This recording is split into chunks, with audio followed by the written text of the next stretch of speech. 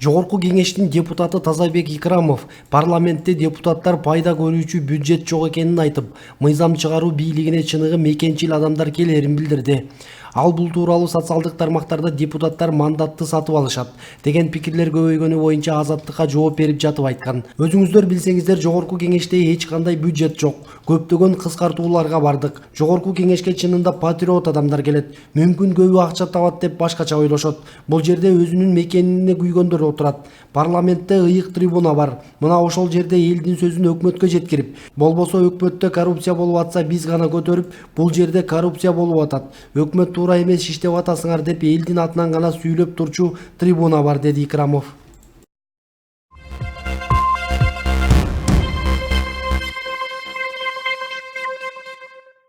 Арсланбек Абдылдаевдин "мен Кудаймын" деген сөзү экспертизага жөнөтүлдү. Анын жыйынтыгы менен ага чара көрүлөт. Бул тууралуу дин иштери боюнча мамлекеттик комиссиянын төрагасы Зайырбек Эргешов Жогорку кеңештин 16 октябрдагы жалпы жыйынында айтканын Азаттык жазат. Парламентте дин тутуу эркиндиги жана диний уюмдар жөнүндө мыйзам долбоору талкууланып жатат. Ал депутат Улукбек Ормановдун суроосуна жооп берип жатып, теңирчилик Кыргызстанда диний уюм катары каттоодон өтпөгөнүн, ошондуктан диний уюм катары эсептелбей турганын билдирди. Арсланбек Абдылдаев буга чейин Бишкекте басма сөз жыйынын өткөрүп, өзүн Кудай деп жарыялаган.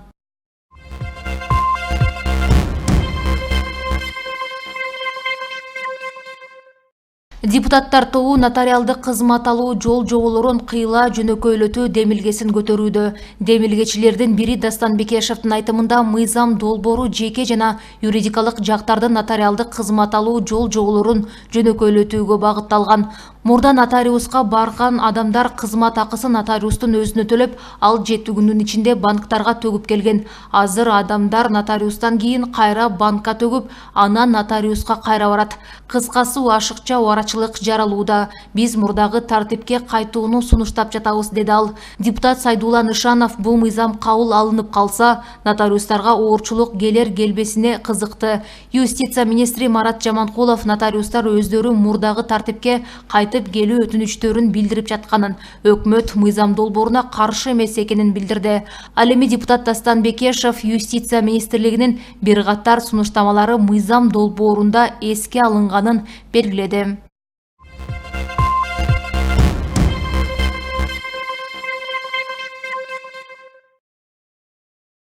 Кримтөбөл Азиз Батукаевдин мыйзамсыз бошотулушу тууралуу кылмыш иши боюнча мурунку башкы прокурор Индира Жолдубаевага эки судья Жапар Эрматов каршы көрсөтмө берди. Бул тууралуу 24 KG агенттигине жактоочу Алия Турдунбекова билдирген. Анын айтымында Жапар Эрматов Индира Жолдубаевага ага Азиз Батукаевди эгерде негиз боло турган болсо, аны оорусу боюнча кое берүү тууралуу көрсөтмө бергенин билдирген. Бирок мурунку судьянын кайсыл абоненттик номерден чалганы жана ошол маалда кайсыл номурду пайдалангандыгы эсимде жок. Судья кайсыл номурду пайдалангандыгым эсимде жок дейт. Мындай болушу мүмкүн эмес. Мен Жапар Эрматов менен Индира Жолдубаевага кайсыл номурларды пайдалангандыгын аныктоо үчүн сураныш жөнөттүм. Бул байланыштар болгонбу аныкташ керек. Тергөө органдары муну аткарышкан эмес. Ошондой эле Эрматов психологиялык басымга тушукканы аныкташ үчүн психологиялык экспертизадан өткөрүү тууралуу өтүнүч жибердим. Бирок тергөө менин суранычымды караган жок, деди жактоочу. 1-Май райондук сотунда бүгүн Кримтөбөл Азиз Батукаевдин мыйзамсыз бошотулушу тууралуу иш боюнча алдын ала угуулар уланууда. Иш боюнча 19 киши айыпталууда. Алардын арасында Алмазбек Атамбаев дагы бар.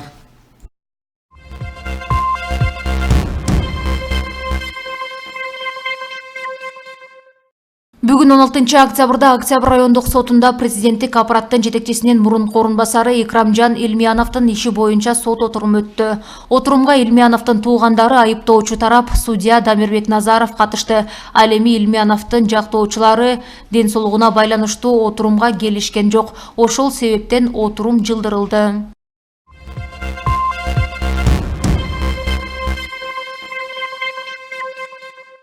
Мурдагы премьер-министр Темир Сариев таланттуу актер, сүрөтчү Сүймөнкул Чокморовго Кыргыз эл баатыры деген эң жогорку намды берүүнү сунуштады. Бул тууралуу ал 15 октябрда Чокморовдун мааракесине арналган "Эсимде" аттуу көргөзмөнүн ачылышында айткан.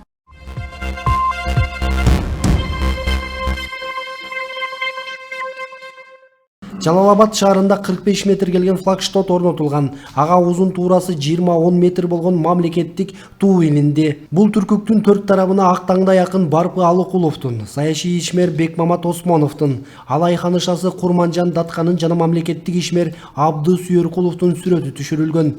Жалал Абад областынын жетекчиси Кыянбек Сатыбалдиевдин жана район акимдеринин жергиликтүү тургундарынын катышуусунда тууну көтөрүү боюнча расмий иш-чара болуп өтүп, ага 2000дей адам катышты. Аталган комплекске KG Group курулуш компаниясынын президенти Имамидин Ташевдин жеке каражаты жумшалган. Иш-чаранын жүрүшүндө KG Group компаниясынын флагштоту Сузак районунун Ырыс айыл өкмөтүнө расмий өткөрүлүп берилип, кабыл алуу актысына кол коюшту. Эскерте кетсек, мындай комплекстер буга чейин Балыкчы, Ош шаарларына жана Казакстанга кетчү жолдогу ак жол өткөрмө пунктунун аймагына тургузулган болчу.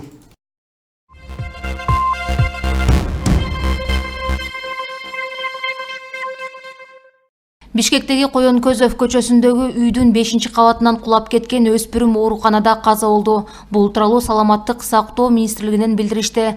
Маалыматка караганда, ал абалы оор болгондуктан улуттук госпиталдын жандандыруу бөлүмүнө которулган. Окуя 8-октябрда болгон. 17 жаштагы өспүрүмдү 3-шаардык балдар клиникалык ооруканасына алып келишкен.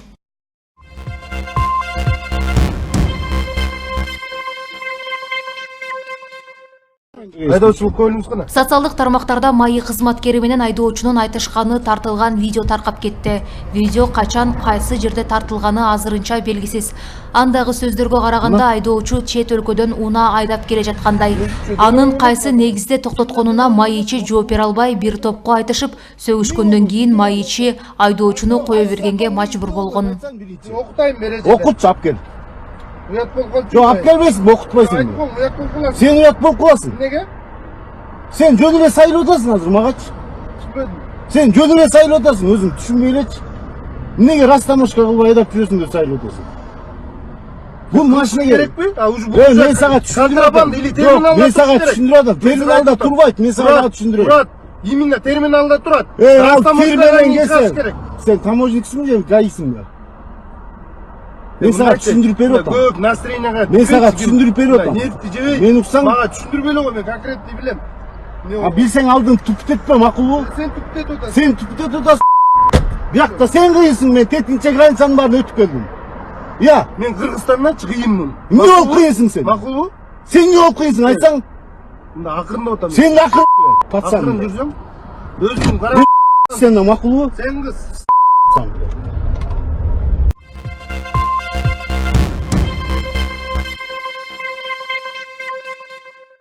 Бишкектеги Кыргызстан конушунда жайгашкан Рахат кафесинин жанында жол кырсык болду. Бул тууралуу күбө репортерго билдирип, видео жөнөттү. Анын айтымына караганда, эки унаа кагышкан, кырсыктан адамдар жабыркаган эмес.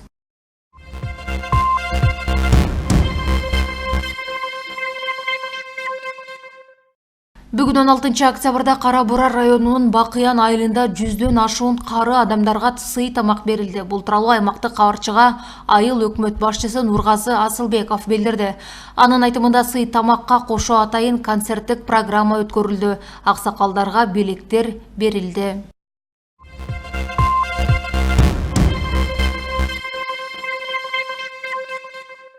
Калыс Ордо жаңы конушунда 7 гектар жерди басып алууга аракет кылды делип 23 киши милицияга жеткирилген.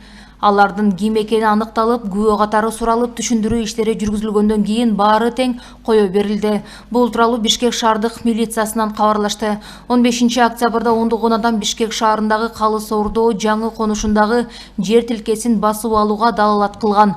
Бул окуя туурасында Бишкек мэриясына бишкектик аял арыз менен кайрылган.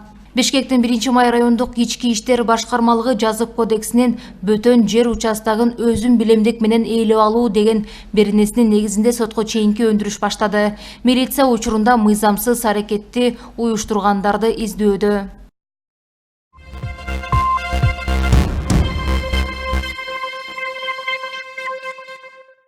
Кара Суу райондук шаар куруу жана архитектура башкармалыгынын башчысы Марат Шарипов 17 октябрдан тартып кызматынан өз эрки менен кетмей болду. Бул тууралуу ал бүгүн жамаат менен жолугушууда айтты. Ал эми иш тандаган кызматкерлер мамлекеттик курулуш агенттигине жолдогон арызынын жообун күтүп жатканын, мындан аркы аракети ошого жараша болорун билдиришти. Мекеменин 60 кызмат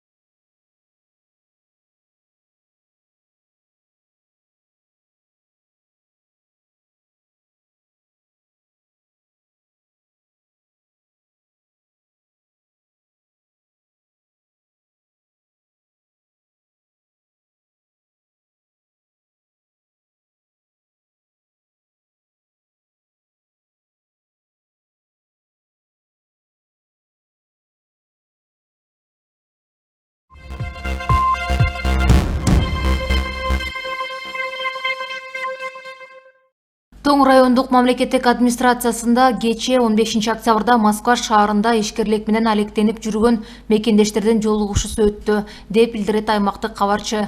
Аларды Тоң райондук мамлекеттик администрациясынын башчысы Аким Данияр Арпачиев тосуп алды. Жолугушуунун жүрүшүндө алар аймактагы социалдык маселелерди чечүүгө көмөктөшүү жана инфраструктураны жакшыртуу, айылдардагы ачылган фондторго жардам берүү маселелерин талкуулашты.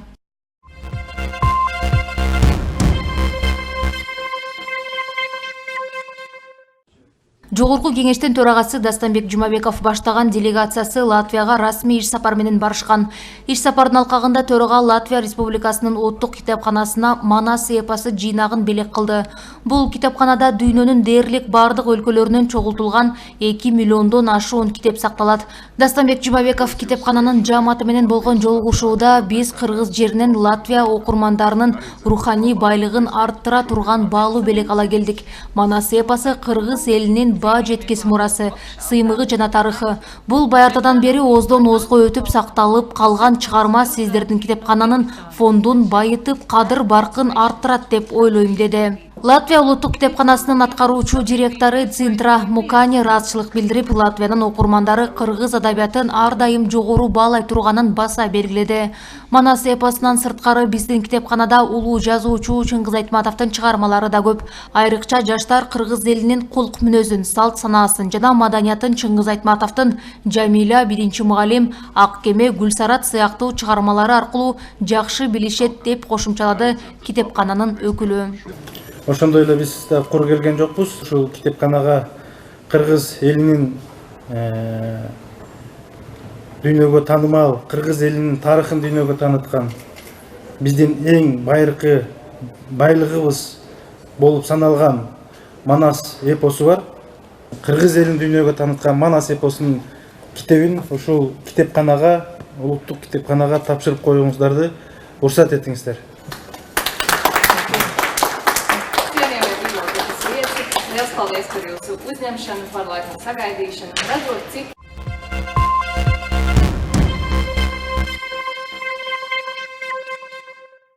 Кыргызстандык спортчу Медет Жапаров шахмат боюнча эл аралык турнирден күмүш медаль тагынды. Алматы Open 2019 турнири Казакстандын Алматы шаарында 7-14 октябрь күндөрү өттү.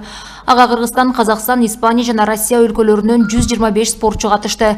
Медет Жапаров 9 турдун баарын ийгиликтүү ойноп, 6 оюнда жеңишке жетсе, 3 оюнда тең чыкты. Жыйынтыгында 7,5 упай топтоп 2-нчи орунга жазылды. Ал эми Семетей Төлөгөн Тегин 4,5 упай менен 22-нчи орунга, Эржан Жакшылыков 1,5 упай менен 36-нчы орунга жазылган.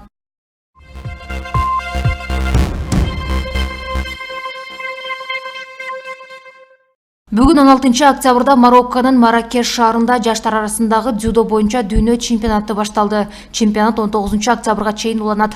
Улуттук дзюдо федерациясынын билдирүүсү боюнча Кыргызстандын атынан турнирге башкы машыктыруучусу Азамат Жасыбаевдин жетекчилигинде 3 спортчу катышууда. Турнирдин биринчи күнүндө Кубанычбек Айбек уулу 60 кг салмактагылар арасында күч сынады. Ал Казакстан Россиянын спортчуларын жеңип, жарым финалга чыкты. Кийинки беттеште аргентиналык спортчу менен күч сынайт.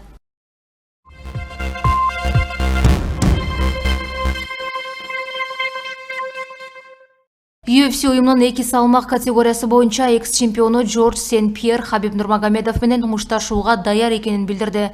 Азыр отставка деген сөз эч нерсени билдирбейт. Эгерде ылайыктуу беттеш болсо, алар мени кайдан таба турганын билишет. Биз туура мушташ уюштурууга аракет кылдык, бирок андан эч нерсе чыккан жок. Эгерде болуп калса, биз сүйлөшүп келишим түзөбүз. Ошондо мен Хабиб менен мушташам, деди америкалык мушкер. Хабиб Нурмагомедовдун кийинки атандашы Тони Фергюсон болот. Эгерде америкалык мушкер кандайдыр бир себеп менен беттешке чыкпаса, анда Сен-Пьер кезексиз мушташка чыгууга мүмкүнчүлүк алат.